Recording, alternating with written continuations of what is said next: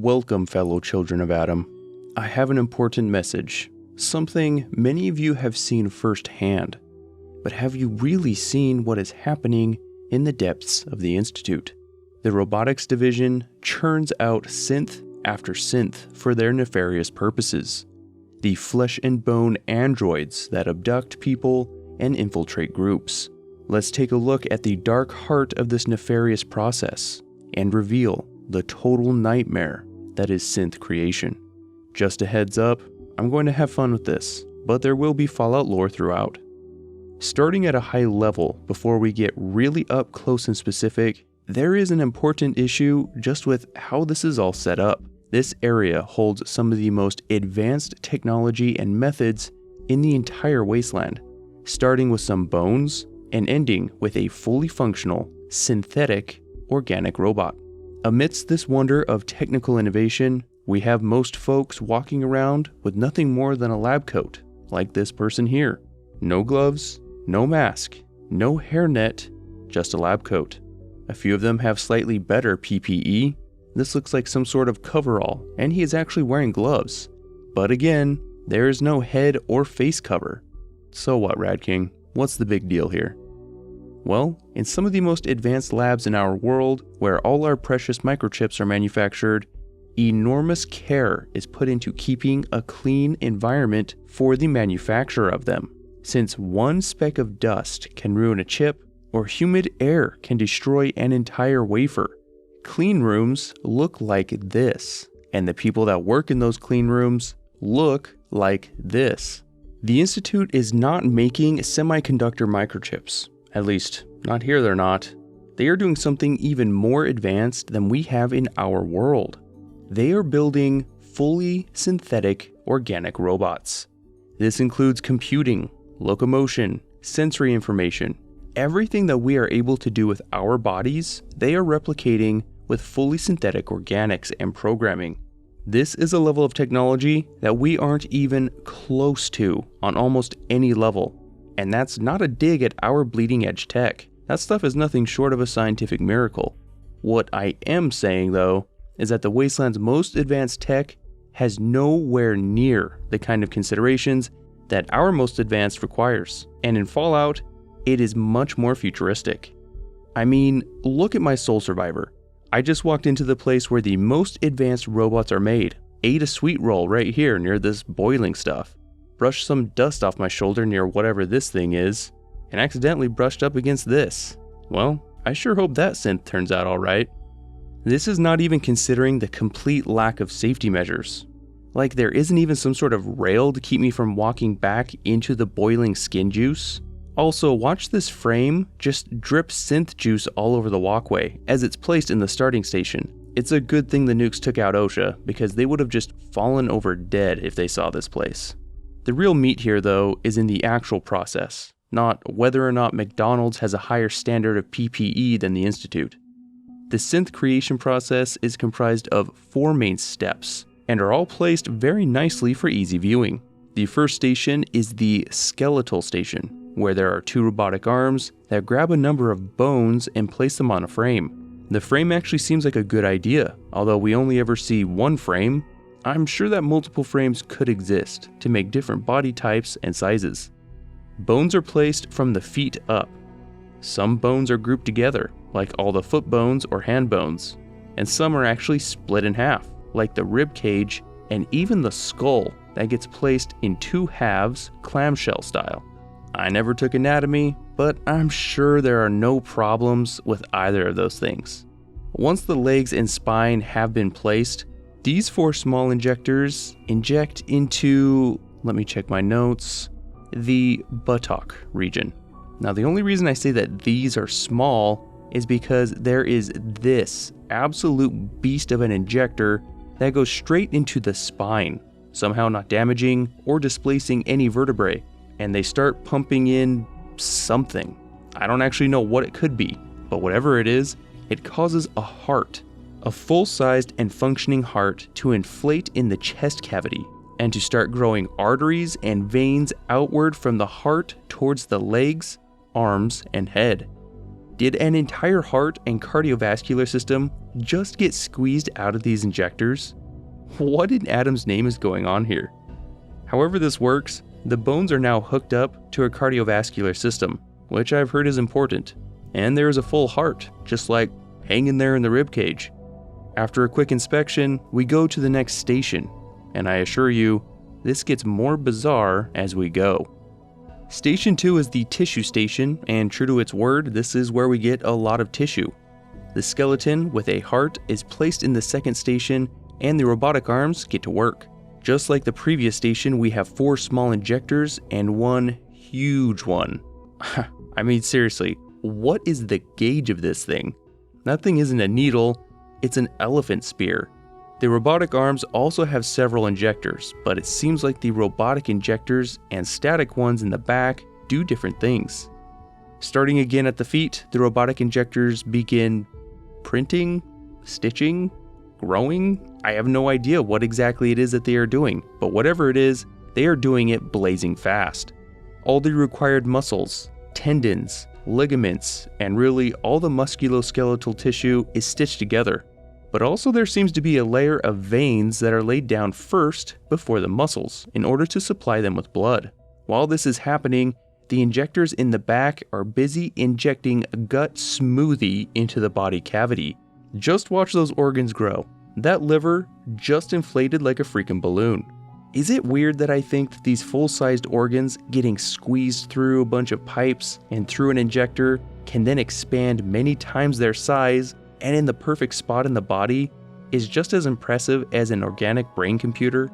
I really hope no one accidentally stands on one of these pipes and the lungs or something keep from getting slurped into place. Now look, we can nitpick this thing to death, and I'm not really interested in that. But I do have to mention a few things. One, I don't know how any of the tissue on the back of the body is placed by the robotic arms. It seems like an extra step to rotate the body to place all the extra tissue on the back wouldn't be all that troublesome. What is troublesome, however, is that we never see the brain or the eyes, or really anything with the head put in place. Is all this part of the gut goop that is injected with all the other organs? How is the synth component, which is the only inorganic part of the synth, put into the brain? I can't help but think the brain would need its own implantation. Extracting a bad brain or synth component seems like it would be much more troublesome than a faulty kidney.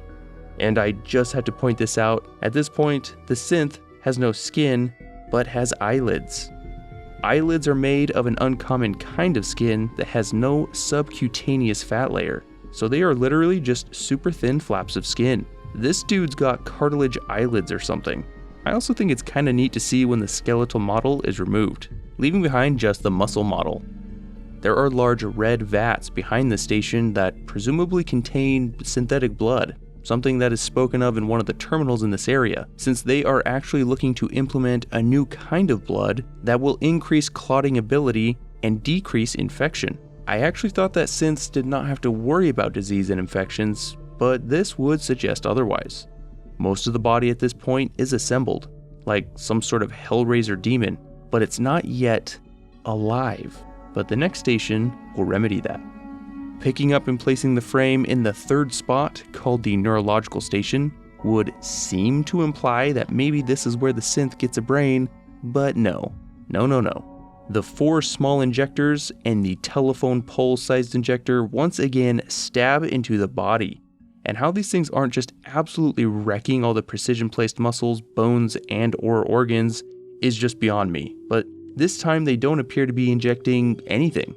Although it is certainly possible that they are, and we just can't see it behind all the muscles. What is very evident, however, is that the assistants of the robotic arms that seem to be able to do everything begin to administer several electrical shocks in a few places. This causes the muscles to contract, shake, and writhe, as everything seems to come alive. A very nice touch is that the previously dark and dully colored muscles suddenly flush with color, becoming a more lively red, indicating that they are receiving blood flow as the body's systems are shocked into life. After this true Frankenstein moment, the body can be seen moving methodically, heaving back and forth, looking a lot like breathing, even though the chest itself doesn't seem to be expanding. Luckily, none of that electricity caused the eyes to open, because that would have been a bit disturbing, but this synth is now officially alive. Those of you with a perception level of 9 or higher will notice, however, that there seems to be something off here. The synth currently lacks the largest organ of the entire body, its skin. The robotic system inspects its work and picks up the frame to put it in its final destination, the epidermal suffusion station. Plain speak, this is where the synth, who is fully alive and apparently breathing, gets its skin, and oh boy, is it a process. That big roiling pit in the center is the final destination, and the now live synth is lowered down into it. Let me repeat. A live, breathing synth is lowered down into a pool of skin broth like we're about to color an Easter egg. Using the power of technology, we can actually watch this highly scientific and amazing process take place. And, oh, what the hell? I think we just witnessed the synth spring into being ex nihilo. The synth remains in this brine for an uncomfortable length of time. I mean, how long has to go by before the lifeguard throws a floaty? Is this like the ultimate test of whether the synth process was successful? If it can't or won't stand up and breathe air, then it just drowns in there? Can you imagine coming into existence as a fully formed adult in a boiling vat of skin and immediately have to figure out how to get out of it? But to be fair, I am no scientist. Maybe the first program to be run in the synth operating system is calmlystandup.exe. But once they do stand up, behold, the miracle of science. Behold, I say, this last step, this epidermal suffusion, has certainly done its job, covering the synth head to toe with skin of unparalleled complexion. But that is truly not all. Not only does it give the synth skin, but hair, and best of all, a pair of whitey tighties. This truly is the golden age of science, where we can make a perfectly serviceable and mildly used pair of underwear out of synth soup. Now, of course, this is only because Bethesda can't show us actual nudity. That would upset the Entertainment Software Ratings Board, and the sensibilities of decent folk everywhere. It's kind of funny to think, though, that underwear is somehow part of the synth body. Like, Father was such a prude, he couldn't let the synths walk around packing. No matter how long you stay and watch this process, you only see the exact same synth get created each time. We know that synths can represent any race or sex, and I would assume those physical traits would be implemented during the synth creation process. But how hilarious would it be if this is how all synths first start out? Then they go to a different part of the Institute and get a complete makeover. It is possible that there is a base synth whose looks are modified later on, and there are a few interesting bits that may allude to something like this. The synth lacks any color in the hair or eyes. In fact, the white eyes almost make the synth look like they are blind at times. Maybe this can be explained by the body processes just starting, and they need some time to produce the melanin or other chemicals in order to change the skin, hair, or eye color to their intended colors. The more I think about this, the more I convince myself that this is actually how it happens, since the lack of eye and hair color is just really odd unless you consider a synth a blank slate that can be further modified. Now, we have seen some truly strange, horrifying, and silly things so far, but you are about to witness the worst of them all. Cast your gaze upon the true abomination of the Institute, the synthetic foot, formed by the hand of an uncaring and vengeful god. These vaguely foot-like hunks of bone and flesh seem to work well enough, but I mean, just look at them. These things make Barbie feet downright lifelike in comparison. Alright, I can't keep looking at these things, they're gonna make me sick. The synth slowly makes their way along this path, and is ushered by a Gen 2 synth to continue on to processing. Processing is apparently located in the electrical closet, because the synth then hunches over and squeezes into this super skinny and dark hall. I guess it's a good thing that the Institute programmed out claustrophobia. You know, I get it. The dimensions of the door are to keep the player character from following the synth on its journey to become a labor slave, but couldn't that have been done in a way that didn't make it look like the synth is on his way to Narnia? So that is the production process from kind of the beginning to kind of the end. We don't really see where the bones and other parts are made that make up synths. Maybe those roving groups of Gen 1s and 2s on the surface are picking up bones around the Commonwealth, because it seems like you can't go 10 feet without running into a skeleton. Likely though, the Institute is growing them in a similarly unsafe, unsanitary, and completely unnecessary method at some other part of the Institute. The only other interesting aspect of this whole process that is never touched on is the quality assurance. I mean, what exactly does happen if the synth that is created is so defective that it can't even navigate to processing, or maybe even get out of the vat of skin sludge? Looking around the various stations, there are several workbenches with a number of tools, cauterizers, spanners, ear examiners, and many more that give the impression that they are used to inspect synths at any point in the process. Maybe if a synth exhibits behavior that would be problematic, the scientists that don't seem to be doing anything except get in the way of the machines would then pull it aside and do some evaluations. They really should, at the very least, test a certain number from each batch, since that is standard quality control procedure for modern mass production methods. We know for a fact that they are produced in batches, as a terminal specifically shows that orders can be placed for synths, where the number and type of work they will be performing is needed and subsequently scheduled for production. As much as I would love to delve into the specifics of quality assurance, it actually brings me to a point that I wanted to make. What do they do with synths that are defective? Well, some terminals give us a bit of insight, since maintenance is also a part of the robotics division responsibilities. In one example, one synth develops blurred vision in one eye that is unable to be corrected without permanent damage, and that unit is indefinitely reassigned to facilities fated to mop the floors of the Institute for eternity, unable to see if they actually mopped up that smudge on the floor, what is otherwise known as the 8th ring of hell in Dante's Inferno. So the Institute will try and find some way to use even defective units. But what happens when they produce one that is just so defective it can't be used for anything? Something that may or may not be related to the fact that I warmed my bum for a bit in the toasty skin stew. The Institute would, of course, not bury the synth. They are seen as machines and utilized as such.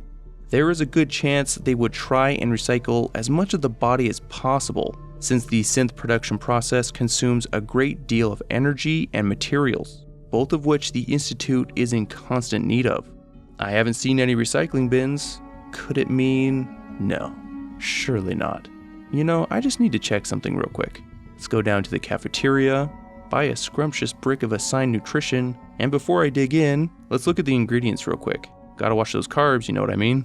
Let's see. Isoleucine, L-lysine, leucine, methylamine, cysteine. Oh no. Do you know what most of these are? Amino acids. Do you know what you are made of? Amino acids. Do you know what synths are made of? Hopes and dreams. Just kidding. Amino acids. Suspicions confirmed. Gen 3 synths are recycled, alright. Recycled right through your digestive tract. It's no wonder why father has cancer and everyone around here is a synth-abusing lunatic. They've all been infected with mad synth disease. I hate to say this, but I guess Maxim was right. I hope you enjoyed this tour of the synth creation process and that you had a good time. Thank you to my patrons. These faithful followers of Adam ensure a spot in his kingdom by donating to his cause. If that is something you would like, you can donate and even join my Discord. Links in the description. Stay strong, take care of yourselves, and I'll see you soon.